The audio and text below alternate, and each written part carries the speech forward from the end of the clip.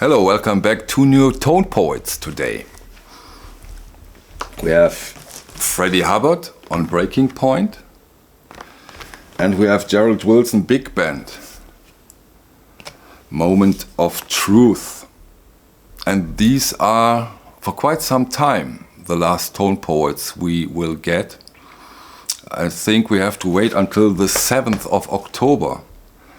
But I hope that we see before that. It's just a wild guess. Don't take it too serious. I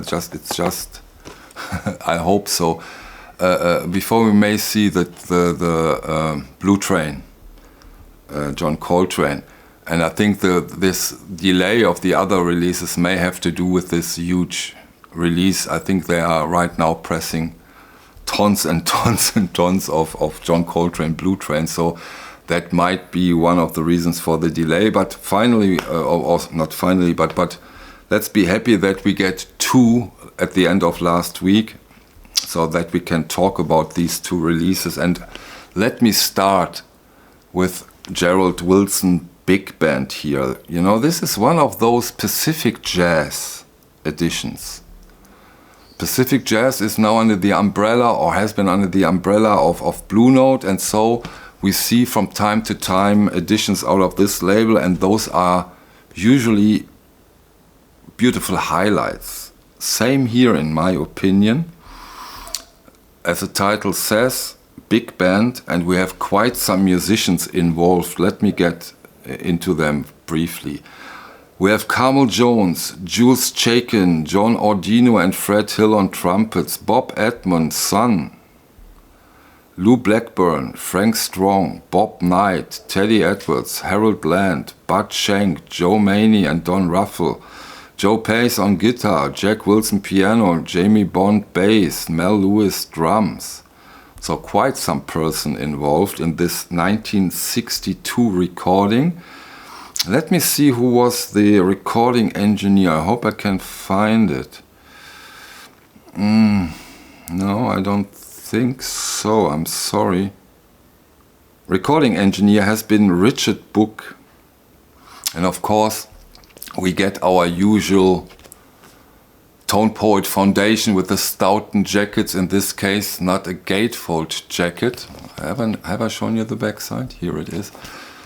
But of course, shiny, sturdy, beautiful, tip-on, perfect one. We get all analog tapes, mastering by Kevin Gray, supervised by Joe Harley. So the beautiful Tone Poet package in this very uplifting, soulful big band sound. Very positive, really makes you swing with it. It's really cool. It's really great sounding, and then what always fascinates me when it comes to this kind of releases, when you see how clear and separated all those instruments are. The soundstage, this huge soundstage with its beautiful depth and the dynamics of this recording. This is special and quite immersive and gorgeous, gorgeous listening you get. And the experience is jazz pure. Jazz pure? Pure. No, pure is pure. No. This is jazz pure. Really, really great stuff. Beautiful stuff. Highly recommended. Now let me show you briefly the label and the vinyl, so that you get an idea. Come on, get sharp. Here we are. Beautiful 180 gram, extremely silent, flat audiophile vinyl on this one. And we get a one-pager with some information and an essay of this release. Yeah, the second one, the second record in this batch, on a gatefold jacket, Freddie Hubbard, Breaking Point. Here we have our beloved session photos, the backside. And on this 1964 recording, we have Freddie Hubbard on trumpet, James Spaulding on alto sax and flute, and I think this is their first I think this is the first time they play together, and they play together for a couple of years. James Spaulding and Freddie Hubbard. We have Ronnie Matthews on piano, Eddie Kahn on bass, and Joe Chambers on drums. I think also, and maybe you correct me if I'm wrong, I'm not 100%, but I think this is the first Freddie Hubbard after he left the Jazz Messengers. Yeah, I think so. Very special, and let me say a few words about the title track, The Breaking Point. It's quite an interesting, fantastic song.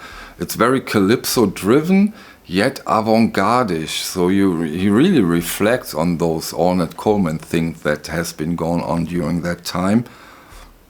Top title. This Breaking Point is quite interesting. Quite avant-gardistic, but still very easy to get into, in my opinion. On other songs, I think like Far Away, he reflects very much Miles Davis modal music at that time. Beautiful release, important release, really important release. Although I think this combination didn't stand together for too long. I don't know how long, but not that long. But yet, another fantastic Tone Poet release with the usual package, Stoughton, Harley, Gray, vinyl, perfect. Show you the vinyl, the label. Here you can see it, the vinyl. Perfect, flat, silent. Comes in these transparent inner sleeves. Those are okay. One small anecdote, Music Matters Jazz, they used quite similar inner sleeves, but they was a bit pink.